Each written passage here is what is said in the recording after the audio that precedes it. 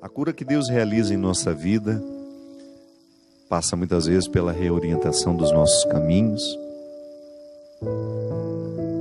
A cura pelo pensamento, que somente quando estamos curados do pensamento é que nós somos capazes de encaminhar soluções para os nossos problemas, ou até mesmo para reconhecer que estamos no caminho errado. As nossas enfermidades nos chegam pelo nosso pensamento,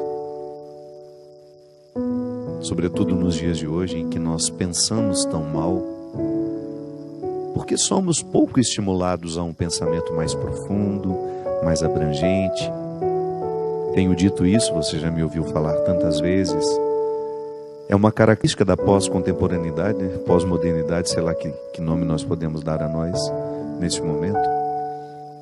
Somos muito reativos, pouco reflexivos, e esse excesso de reação é justamente o grande número de estímulos que nós recebemos o tempo todo para termos uma resposta sobre as coisas. O tempo todo nós precisamos ter uma opinião formada, precisamos nos posicionar, né?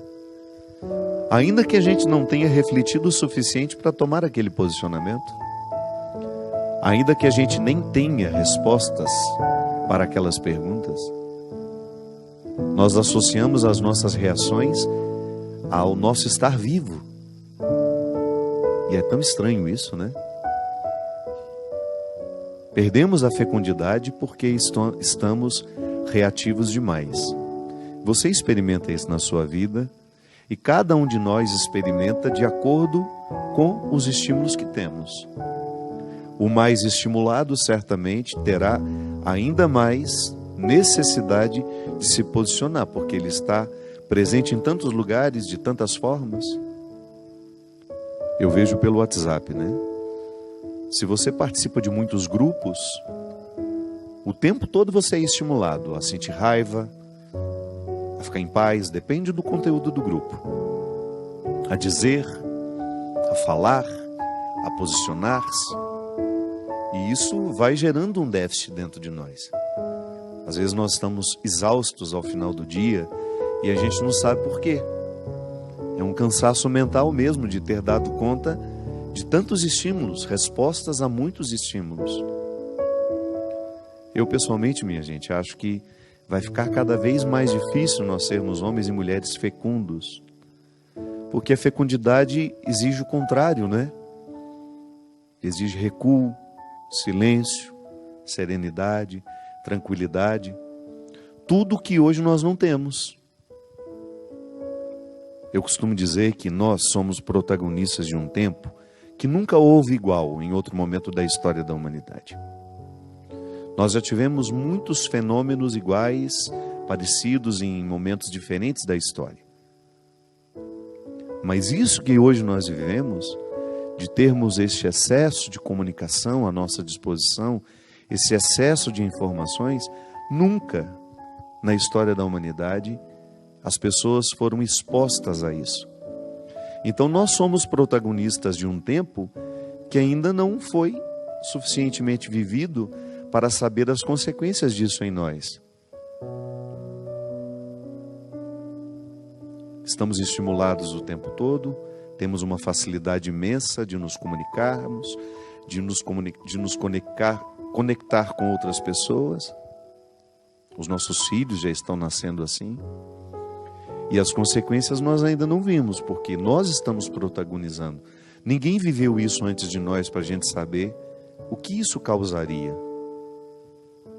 Nós já sabemos o que o excesso de sal faz na vida de uma pessoa, porque muitas gerações já morreram antes de nós por conta do excesso de sal na alimentação. Nós já vimos muitas pessoas morrerem por causa do cigarro, porque outras pessoas viveram antes de nós. Eu fico pensando, né? Até que a ciência chegou à conclusão, a associação do câncer com o tabaco, quantas pessoas, quantas gerações inteiras morreram sem saber que usar aquele cigarro, fumar aquele cigarro, estimularia células cancerígenas, produção de células cancerígenas. Quantas pessoas morreram por não saberem que o excesso de sal elevava a pressão arterial, aumentava o risco de AVCs, as pessoas morriam disso e a gente nem sabia o que tinha acontecido com elas. Em outros séculos, as pessoas morriam de um fenômeno que é comum ainda hoje, claro. As coisas não mudaram, o sal continua fazendo mal. Só que hoje nós somos conscientes, né? Já avançamos para compreender aquilo que foi vivido antes de nós, com os olhares auxiliados pela ciência. Então nós já sabemos que cigarro mata. Então se hoje eu acendo um cigarro, eu já acendo consciente do mal que ele me provoca. É por isso que é tão estranho, né? O vício é uma mobilização cerebral que nos faz esquecer dos malefícios daquilo que nós procuramos. Então, quando eu estou viciado numa determinada situação, eu fico cego para aquilo que é maléfico no que me vicia. É por isso que uma pessoa, mesmo estando consciente de que o cigarro faz mal, ela acende o cigarro mesmo assim. E continua alimentando um ciclo de morte, porque joga para dentro do corpo o tempo todo substâncias tóxicas que fazem mal.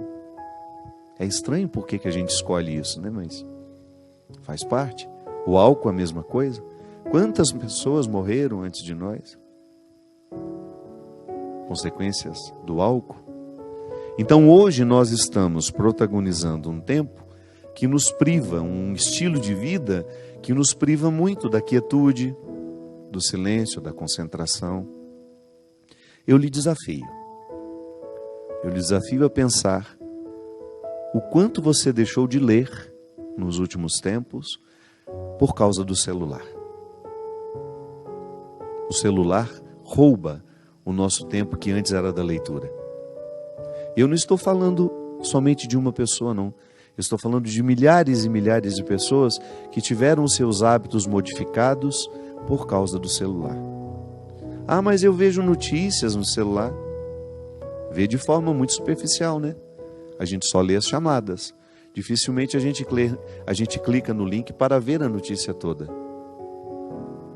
Os livros estão deixando de ser fabricados, as editoras estão falindo, as livrarias estão fechando, o que é uma perda irreparável para a construção de uma sociedade.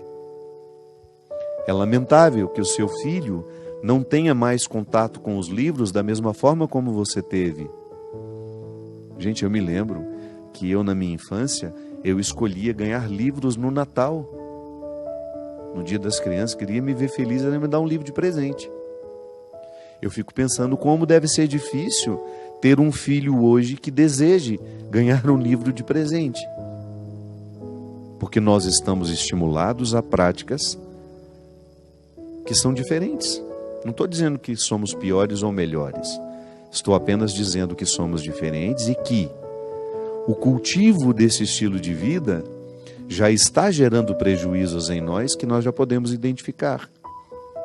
Uma delas é justamente a incapacidade de refletir sobre aquilo que estamos vivendo. Acho que nunca fomos tão gado, tão mecânicos na condução de nossas vidas como nos dias de hoje. Eu, vida de gado, povo marcado, povo infeliz. Zé Ramalho tem razão. Então hoje, o nosso estilo de vida, quando eu digo que Deus precisa nos curar, porque Deus nos cura de acordo com a doença de cada tempo. Jesus curou muito leproso, que era uma doença muito típica daquela época. Hoje que a gente tem muito menos leprosos. A gente quase nem vê mais a lepra, né? Graças a Deus. Jesus curava enfermidades que eram próprias daquela época.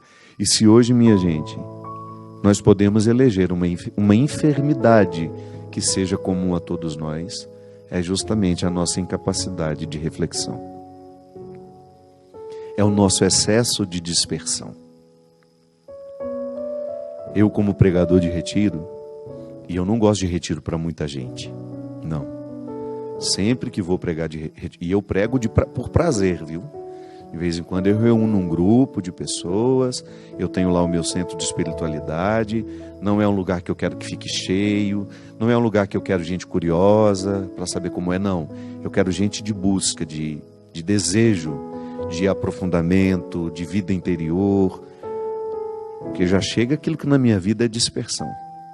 Então, quando eu vou fazer retiro, eu não vou para pregar retiro para os outros, eu vou porque eu quero fazer também.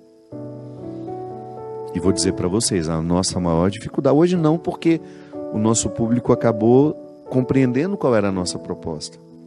Mas eu vou dizer uma coisa para vocês, hoje o maior desafio, mesmo estando dentro de uma casa de retiros, com o desejo de viver um recolhimento, e não é de muito tempo não, um dia e meio, 2, porque as pessoas não conseguem mais do que isso. A maior dificuldade que a gente tem é fazer com que essas pessoas se desliguem de seus mundos. E sempre tem uma desculpa, minha gente. Eu preciso notícia dos meus filhos. Eu preciso notícia do meu marido. Preciso notícia da minha mãe. É impressionante como nós hoje estamos justificados para sermos dispersos. Coisa que em outros tempos não acontecia. Se eu subia a serra para Campos do Jordão para fazer um retiro, eu ia ter o telefone fixo da minha casa. E olha lá, em casa nem telefone fixo tinha. A gente deixava um número de contato, olha, se por acaso acontecer alguma coisa e de fato for necessário falar comigo, liguem. Então a gente tinha um respeito maior pela privacidade do outro, né? Hoje não.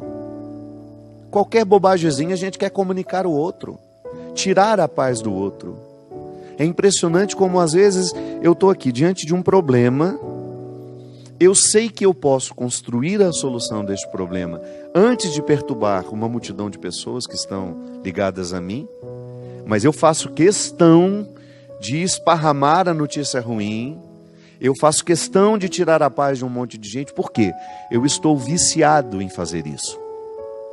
Não é nem mais uma maldade, não. É um comportamento que já não é mais livre. Isso é muito interessante a gente prestar atenção.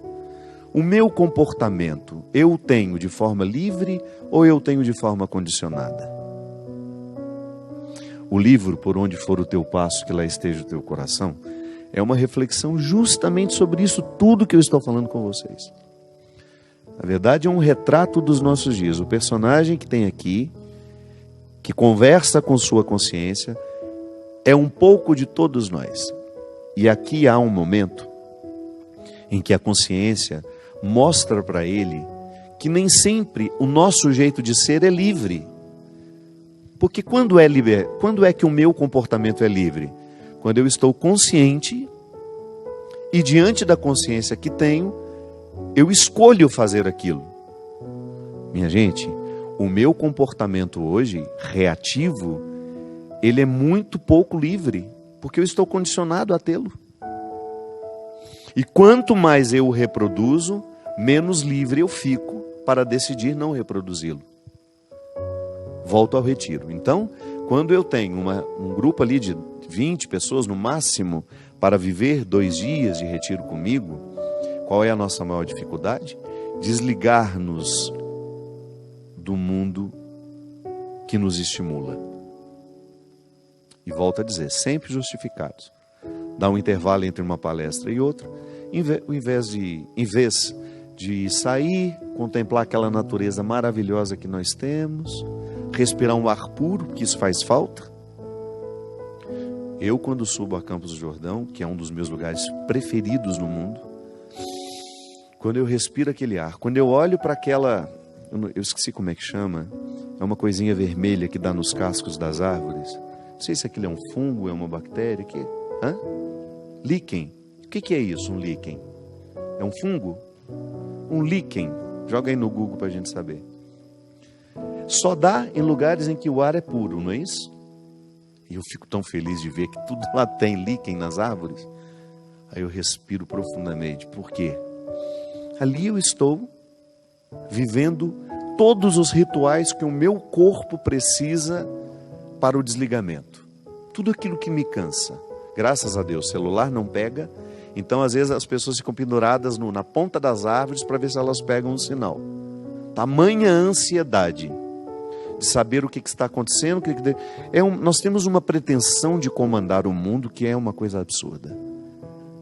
Nós somos muito prepotentes. A gente sai de casa e a gente acha que a nossa casa vai parar porque a gente saiu dela.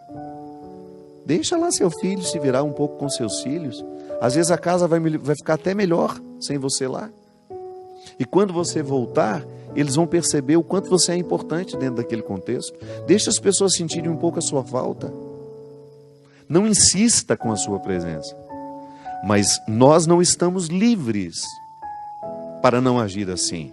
Estamos todos muito condicionados. Todos muito condicionados a ter respostas rápidas o tempo todo, a responder porque o outro vai nos enchendo aquela caixa de mensagem, vai enchendo. E você tem um mal-estar, um cansaço que passa justamente pelo excesso de cobrança que você sabe que existe. Minha gente, nós estamos exaustos e essa exaustão passa pela dimensão espiritual. Nós temos vivido muito pouco os rituais que descansam o corpo. Nós vamos para o nosso quarto, o livro fala disso, nós levamos o nosso invasor autorizado, que é o celular, deitamos com ele. Aquele momento que deveria ser dedicado a um livro, acender uma velinha, um cheirinho no quarto, para a gente poder relaxar, tomar um banho com mais consciência daquilo que está acontecendo, da água que nos purifica, do sabonete que tem um cheiro bom para nos ajudar a descansar. Não vivemos nada disso. A mesa há muito tempo deixou de ser um lugar de rito, de encontro, de pessoas que se amam, de pessoas que querem se conhecer. Então nós não estamos tendo nenhum respeito pela ritualidade que nos descansaria, que provocaria um bem-estar em nós. Somos reprodutores, volto a dizer, sem nenhuma liberdade de escolha, porque nós estamos condicionados. Somos seres cada vez mais condicionados a responder desta ou daquela forma. Uma forma que foi ditada por alguém, que não é por nós. Quando precisamos viver a ritualidade que nos descansa, que nos joga para dentro para favorecer uma vida interior, não. Nós ficamos com os nossos joguinhos, os nossos celulares, que são dispersos, que ocupam o lugar de uma leitura, que ocupam o lugar disso, daquilo, e sempre justificados. Respondendo um e-mail, deitamos na cama com aquela luz acesa em cima dos nossos olhos, sempre justificados, volto a dizer. Uma rotina que vai nos brutalizando. Sim, porque nós vamos ficando cada vez mais brutos. Sensibilidade, minha gente, não basta ter, é preciso educá-la. Da mesma forma como se educa o desejo. Você educa o desejo de uma criança. Você educa o paladar de uma criança. Semana passada estava essa discussão boa lá no Twitter. Posso forçar o meu filho a comer uma coisa que ele não gosta? Olha, eu sou da seguinte opinião, que se você sabe que aquele alimento é fundamental para a saúde do seu filho, seria muito bom que ele aprendesse a comê-lo.